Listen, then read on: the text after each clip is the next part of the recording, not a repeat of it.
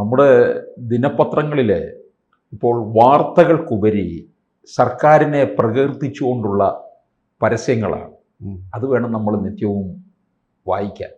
പുലരും മുമ്പ് എഴുന്നേൽക്കണം, സർക്കാരിൻ്റെ പ്രകീർത്തനം നമ്മൾ കേൾക്കണം എന്നുള്ള മട്ടിലേക്കാണ് കാര്യങ്ങൾ പോയിരിക്കുന്നത്. ഇത് വൻ തുകയല്ലേ ഖജനാവിൽ നിന്ന് ഇതിനു വേണ്ടി ചെലവഴിച്ചുകൊണ്ടിരിക്കുന്നത്?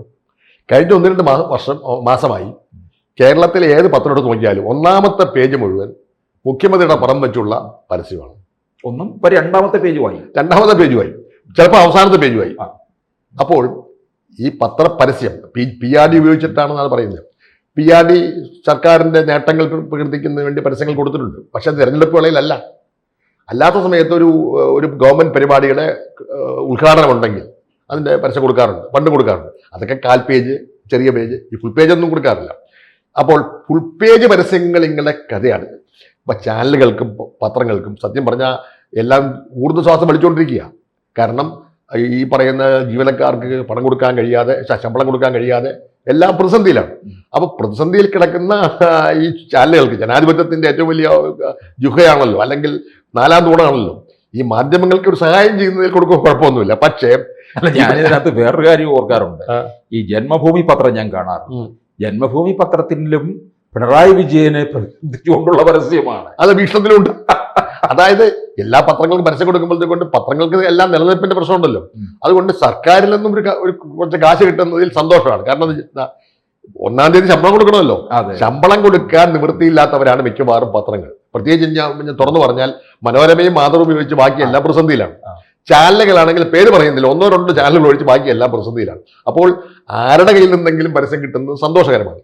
പക്ഷേ ഈ മാധ്യമങ്ങളുടെ ഈ ദൗർബല്യം ചൂഷണം ചെയ്തുകൊണ്ട് സത്യം പറഞ്ഞാൽ കഴിഞ്ഞ കുറേ നാളുകളായിട്ട് പരസ്യം കൊടുക്കുകയാണ്. അത് PRD പരസ്യമല്ല. PRDയുടെ പരസ്യം കുറവാണെന്നൊക്കെയാണ് ഇപ്പോൾ ഗവൺമെന്റ് പറയുന്നത്. ചിലപ്പം PRDയുടെ പരസ്യം ഉമ്മൻചാണ്ടി ഗവൺമെന്റിനേക്കാളും ആളും കുറവാണെന്നൊക്കെയാണ് പറയുന്നത്. PRD മാത്രമല്ലല്ലോ, കിബി എന്ന സ്ഥാപനം 1,00,000 കോടി രൂപയാണ് കടമെടുത്തിരിക്കുന്നത്. അതിൽ എത്ര കോടി രൂപയാണ് പരസ്യത്തിന് കൊടുത്തതെന്ന് പറയാമോ? അത്ഭുതകരമാണ്. PRD കൊടുത്തതിനേക്കാൾ കൂടുതൽ പരസ്യം കൊടുത്തിരിക്കുന്നത് കിബിയാണ്. കിബിയുടെ ഏതെങ്കിലും ഒരു സ്കൂൾ കെട്ടിടമോ എവിടെയെങ്കിലും ഒരു പ്രൈമറി ഹെൽത്ത് സെന്ററോ അല്ലെങ്കിൽ ഒരു പാലമോ റോഡോ കിബി പണം മുടക്കി എന്ത് നടപ്പിലാക്കിയാലും ഫുൾ പേജ് സപ്ലിമെന്റ് ആണ്. അവിടെ ഉദ്ഘാടകൻ മുഖ്യമന്ത്രി അല്ലെങ്കിൽ പോലും മുഖ്യമന്ത്രിയുടെ പണമാണ് മുന്നിൽ. അപ്പോൾ കിബി എന്ന് പറയുന്നത് കടം വാങ്ങിച്ച് മുടിയുന്ന സ്ഥാപനമാണെങ്കിൽ പോലും ഇതെല്ലാം തിരിച്ചു കൊടുക്കേണ്ടി വരും, കോടിക്കണക്കിന് രൂപയെങ്കിൽ പോലും അതിന്റെ ഭീമമായ പ്രത്യുൽപാദനപരമല്ലാത്ത പ്രവർത്തനങ്ങൾക്കാണ് കിബി മുടക്കുന്നതെങ്കിലും സത്യം പറഞ്ഞാൽ കിബിയിൽ നിന്നും എത്ര കോടി രൂപയാണ്, ഇതൊന്നും ബജറ്റില്ലാത്ത പണമാണ്. കിബി മുഖേന എത്ര കോടി രൂപ പരസ്യത്തിന് കൊടുത്തു കയ്യും കണക്കുമില്ല. അതുപോലെ തന്നെ ഗവൺമെന്റിന്റെ ഡിപ്പാർട്ട്മെന്റുകൾ, പണ്ട് ടൂറിസം ഡിപ്പാർട്ട്മെന്റ് പരസ്യം കൊടുക്കുകയാണ്, കാരണം ടൂറിസത്തിന്റെ ആവശ്യമാണ്. ഇപ്പോൾ വ്യവസായ ഡിപ്പാർട്ട്മെന്റും ടൂറിസം ഡിപ്പാർട്ട്മെന്റും ആരോഗ്യ ഡിപ്പാർട്ട്മെന്റും ഇനി സർവ്വ കോർപ്പറേഷനും നഷ്ടത്തിലോടുന്ന എല്ലാ കോർപ്പറേഷനുകളും പരസ്യം കൊടുക്കുകയാണ്.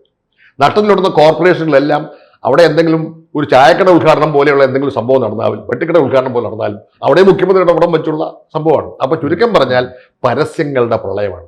റോഡിലോട്ട് നോക്ക്, എവിടെ നോക്കിയാലും ബോർഡുകൾ എന്ന് പറഞ്ഞാൽ ഭീമാകാരമായ റോഡുകൾ. സാധാരണ നമ്മുടെ സ്വർണ്ണക്കിടക്കാരുടെ ബോർഡുകളാണ് കിടക്കുന്ന നാളുകളായിട്ട് കണ്ടുകൊണ്ടിരുന്നത്. വൈകിട്ട് എന്താ പരിപാടി എന്ന് മോഹൻലാലിന്റെ പടം വെച്ച് ബോർഡ് കാണിക്കുമായിരുന്നു. ഇപ്പൊ മോഹൻലാലും മമ്മൂട്ടിയൊക്കെ ഔട്ട്. പിണറായി വിജയൻ തന്നെയാണ്. കേരളത്തിൽ മഞ്ചേശ്വരം മുതൽ ഇങ്ങോട്ട് പാറശാല നോക്കിയ 2 സൈഡിലും പിണറായി വിജയന്റെ മുഖം നോക്കാതെ ഇല്ലാതെ നമുക്ക് ഒരു ഫർലോങ് മുന്നോട്ട് പോകാൻ പറ്റില്ല. ഇതെല്ലാം ആര് കൊടുക്കുന്ന കാശ? സർക്കാർ നികുതി താഴ്ന്ന കഴിയുന്നല്ലേ. അപ്പോൾ സർക്കാരിന്റെ പണം ഉപയോഗിച്ച് വ്യക്തിപൂജ, ഇമേജ് ബിൽഡിംഗ്, ഗവൺമെന്റിന്റെ വികസന പ്രവർത്തനങ്ങൾ, കിബിയുടെ പേരിൽ കുറച്ച് വികസന പ്രവർത്തനങ്ങൾ നടപ്പിലാക്കിയിട്ടുണ്ട്, സംഭവിക്കുന്നു. പാലങ്ങൾ, റോഡുകളൊക്കെ ഉണ്ടായിട്ട് ഇത് പണ്ടും ഉണ്ടായിട്ടുള്ളതല്ലേ. കേരളത്തിന്റെ ചരിത്രത്തിൽ ഇങ്ങനെ നോക്കുകയാണെങ്കിൽ കേരള പിറവി മുതൽ ധാരാളം റോഡുകളും പാലങ്ങളും ഒക്കെ ഉണ്ടായിട്ടുണ്ട്. പക്ഷേ ഇത് വികസന പരിപാടികളൊന്നും നടപ്പിലായിട്ടില്ല. എങ്കിൽ പോലും ഇത്രയധികം പ്രചണ്ഡമായ പ്രചരണം കൊടുത്ത് പത്രപരസ്യം നടത്തി അത് ഒരു തെരഞ്ഞെടുപ്പ് ആയുധമാക്കി മാറ്റി എന്നുള്ളതാണ് സത്യം. ഇനി പരസ്യം കൊടുക്കുന്നതിനേക്കാൾ മാരകമായൊരു പ്രശ്നം എന്താണെന്നുണ്ടെങ്കിൽ കഴിഞ്ഞ കുറേ ദിവസങ്ങളായി വന്നുകൊണ്ടിരിക്കുന്ന പരസ്യം ഉമ്മൻചാണ്ടി ഗവൺമെന്റിന്റെ പ്രവർത്തനത്തെ ഇതിലൂടെ താരതമ്യപ്പെടുത്തുന്നു. അത് ഒരു ലോഡ് ഷെഡിങ് എന്ന് കാണിച്ചുകൊണ്ടുള്ള ഒരു വ്യാജ വാർത്ത. അത് ഉമ്മൻചാണ്ടി ഗവൺമെന്റ് കാലത്ത് തീരേണ്ട കാലമാണ്. ഇപ്പോൾ സുവർണകാലം, ഇതാ വെളിച്ച വിപ്ലവം. ഇങ്ങനെ പഴയ പത്രപരസ്യങ്ങൾ ഇപ്പോൾ ഉള്ളത്തെ കാര്യമാണെന്നും പഴയതാണെന്നും താരതമ്യപ്പെടുന്ന തരത്തിലുള്ള പരസ്യം കൊടുക്കുന്നു. ഇത് സത്യം പറയാൻ തെരഞ്ഞെടുപ്പ് അഴിമതിയല്ലേ? തെരഞ്ഞെടുപ്പിന് ഇനിയും ആഴ്ചകളേ ഉള്ളൂ. ജനം തെരഞ്ഞെടുപ്പ് വിജ്ഞാപനത്തിൽ കാർന്നോട്ട് നിൽക്കുന്ന ഈ സന്ദർഭത്തിൽ രണ്ട് ഗവൺമെന്റുകളുടെ പ്രവർത്തനത്തെയും താരതമ്യപ്പെടുത്തുന്ന തരത്തിലുള്ള രാഷ്ട്രീയ പ്രചരണം, രാഷ്ട്രീയ പാർട്ടി CPM വേണമെങ്കിൽ പത്രപരസ്യം കൊടുക്കാം, സർക്കാർ പണം ഉപയോഗിച്ച് ഇങ്ങനെ പരസ്യം കൊടുക്കുക എന്ന് പറഞ്ഞിട്ടുണ്ടെങ്കിൽ തെരഞ്ഞെടുപ്പ് അഴിമതിയാണ്, ധനദുർവിനിയോഗമാണ്. ഇതിനെല്ലാം കണക്ക് പറയേണ്ടി വരും.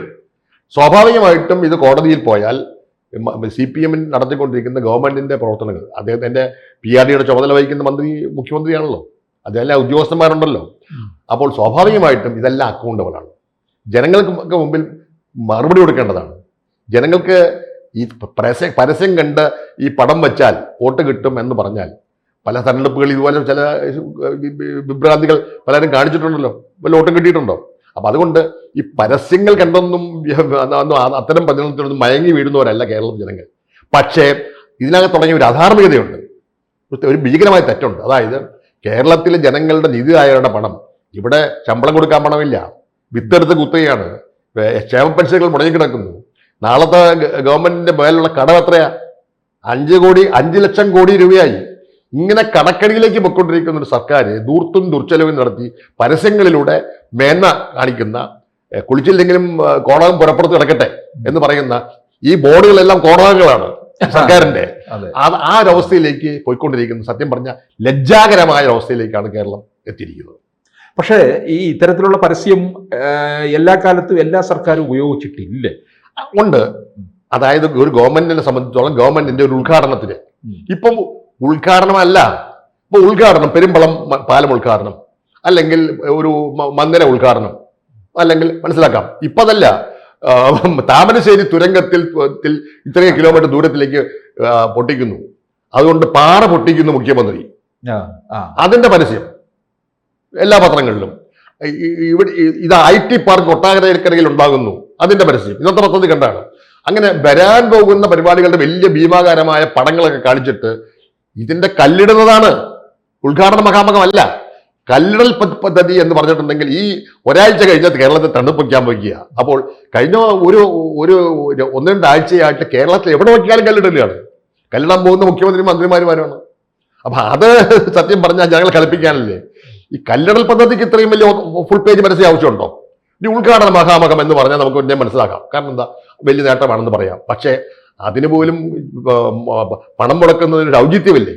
എല്ലാ സാമാന്യ മര്യാദകളെയും ലംഘിച്ചുകൊണ്ടാണ് ഇപ്പോൾ പോകുന്നത്. അപ്പൊ ജനങ്ങളെ വഞ്ചിക്കുന്ന ഒരു പരിപാടി, ജനങ്ങളെ വഞ്ചിപ്പിക്കുകയും കബളിപ്പിക്കുകയും ജനങ്ങളെ മനസ്സിനെ വല്ലാതെ എന്ത് ചെയ്യുന്നു എന്നുള്ള നാക്കിൽ വരുന്ന ഞാൻ പറയുന്നില്ല, ആ ഒരു അവസ്ഥയിലേക്ക് എത്തിയിരിക്കുകയാണ്. കൂടുതൽ വാർത്തകളും വിശേഷങ്ങളും നിങ്ങളിലേക്ക് എത്താൻ ABC മലയാളം സബ്സ്ക്രൈബ് ചെയ്യുക, ബെൽ ബട്ടണും അമർത്തുക.